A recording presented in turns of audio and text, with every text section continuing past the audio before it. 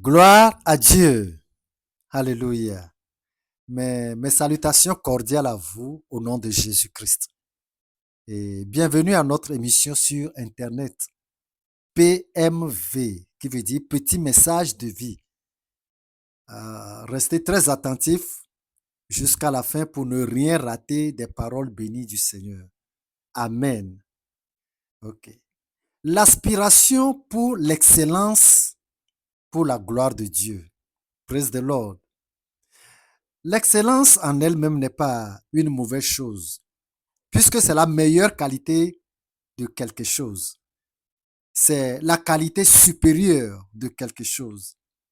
C'est donc un degré élevé, bon à désirer, bon à atteindre, surtout si c'est pour la gloire de Dieu. Au cas contraire, ce serait plutôt de l'orgueil. Alléluia. Commençons avec Matthieu chapitre 5 pour ne pas perdre du temps et le verset 20. Matthieu chapitre 5, verset 20. Car je vous le dis, si votre justice ne surpasse celle des scribes et des pharisiens, vous n'entrerez point dans le royaume des cieux. Praise the Lord. Ce que nous comprenons ici de la part du Seigneur est que la justice, c'est-à-dire la droiture, est en différentes qualités. Il y a la justice des scribes, qui est une classe de personnes. Et il y a aussi la justice des pharisiens. Les pharisiens sont aussi une classe ou une catégorie de gens. Et chacun exerce sa justice d'une manière ou à sa manière. Et toutes ces différentes justices sont, n'est-ce pas, affectées à des qualités propres à chaque justice. Et Jésus dit, si vous, la justice que vous optez, la justice que vous choisissez, c'est-à-dire le degré que vous choisissez, la qualité que vous pratiquez, que si cela ne surpasse pas toutes les autres justices, il dit, vous n'entrerez pas dans le royaume des cieux. Et c'est ce qui d'ailleurs fait de vous la qualité supérieure de chrétien que Christ veut avoir en nous. Si votre justice, c'est-à-dire si la qualité de votre repentance, si la qualité de votre nouvelle naissance, si la qualité de votre amour pour Dieu, c'est-à-dire si le degré de votre crainte pour Dieu, si la qualité de votre consécration à Dieu, de votre abandon à Dieu, si la qualité de votre sainteté ne surpasse pas celle des autres, vous n'entrerez pas dans les cieux, dit Jésus. Ça, c'est l'essence pour la course chrétienne, ça. 1 Corinthiens chapitre 9, versets 24, 25, 26 et 27. 1 Corinthiens chapitre 9. Allons-y tous à la page avant la lecture. 1 Corinthiens 9, verset 24. Ne savez-vous pas que ceux qui courent dans le stade courent tous, mais qu'un seul remporte le prix? Courez de manière à le remporter. Tous ceux qui combattent s'imposent toute espèce d'abstinence et ils le font pour obtenir une couronne, mais nous faisons-le pour une couronne incorruptible. Moi donc, je cours non pas comme à l'aventure, je frappe non pas comme battant l'air, mais je traite durement mon corps et je le tiens assujetti de peur d'être moi-même rejeté après avoir prêché aux autres. Alléluia.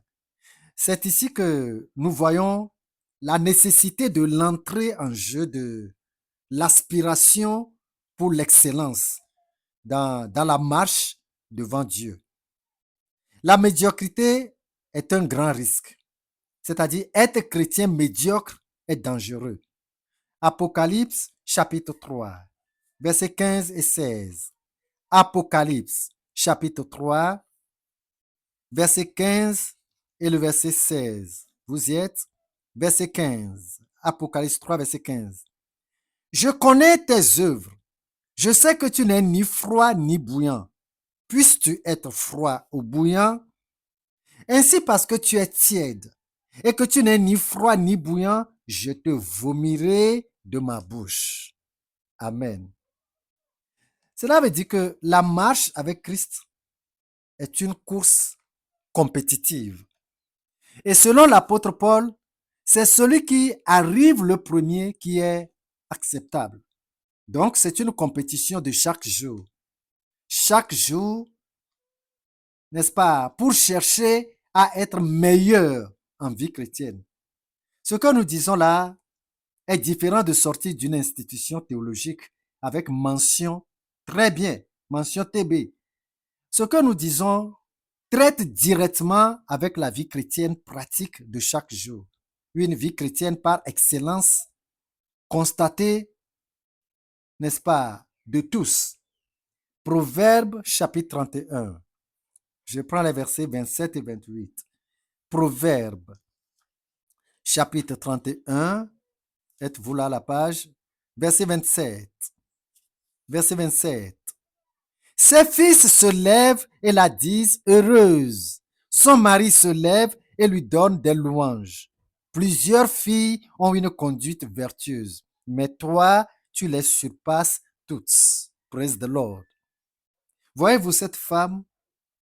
En vertu, en bonne conduite de femme, aucune femme n'est supérieure à elle dans la Bible. La qualité de sa bonne conduite sur le plan conjugal, sur le plan social et sur le plan spirituel, elle bat le record. Elle a la supériorité en bonne conduite en tant que femme mariée et mère d'enfants. Son propre mari et ses propres enfants en témoignent. En vertu, en bonne conduite, elle excelle. Elle surpasse toute femme. Ses enfants la lancent publiquement comme un défi à toutes les mères. Son mari la lance publiquement comme défi à toutes les femmes vivant sous un toit conjugal. Voyez-vous, l'excellence est le niveau de qualité à rechercher devant Dieu. Être pasteur par excellence, être prédicateur par excellence et un évangéliste par excellence. Être dans une église un moniteur d'école de dimanche par excellence. Un choriste ou chanteur de gospel par excellence. Et tout cela pour la gloire de Dieu. Voyons ensemble un témoignage de Paul rendu sur lui-même. 1 Corinthiens chapitre 15, versets 9 et 10. 1 Corinthiens chapitre 15, nous commençons avec le verset 9. Verset 9, 1 Corinthiens chapitre 15, verset 9. Car je suis le moindre des apôtres. Je ne suis pas digne d'être appelé apôtre parce que j'ai persécuté l'Église de Dieu.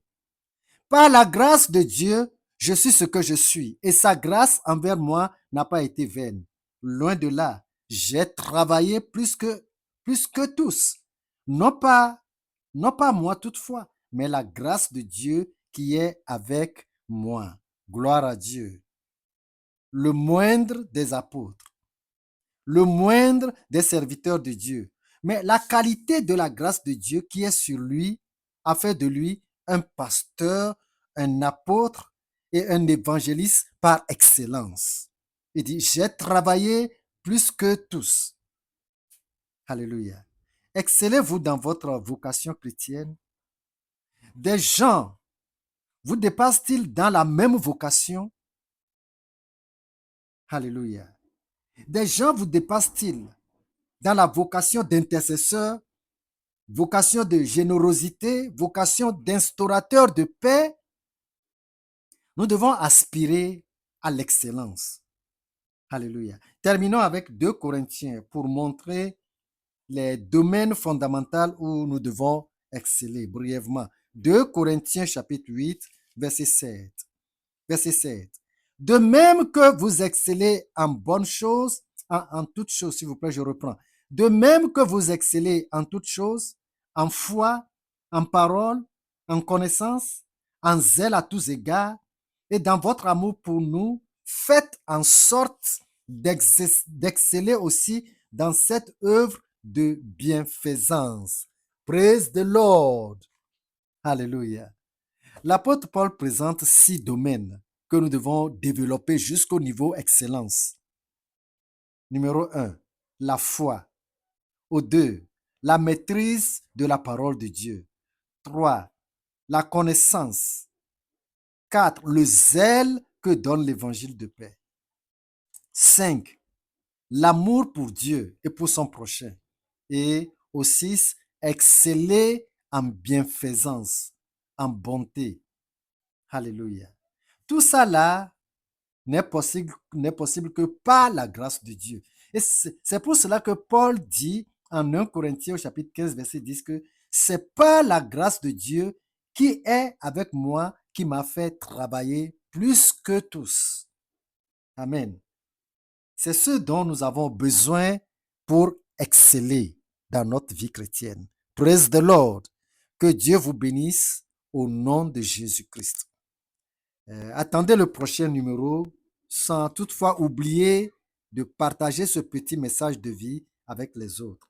Je suis Séraphin Kofi Zozo. Restez bénis. Amen.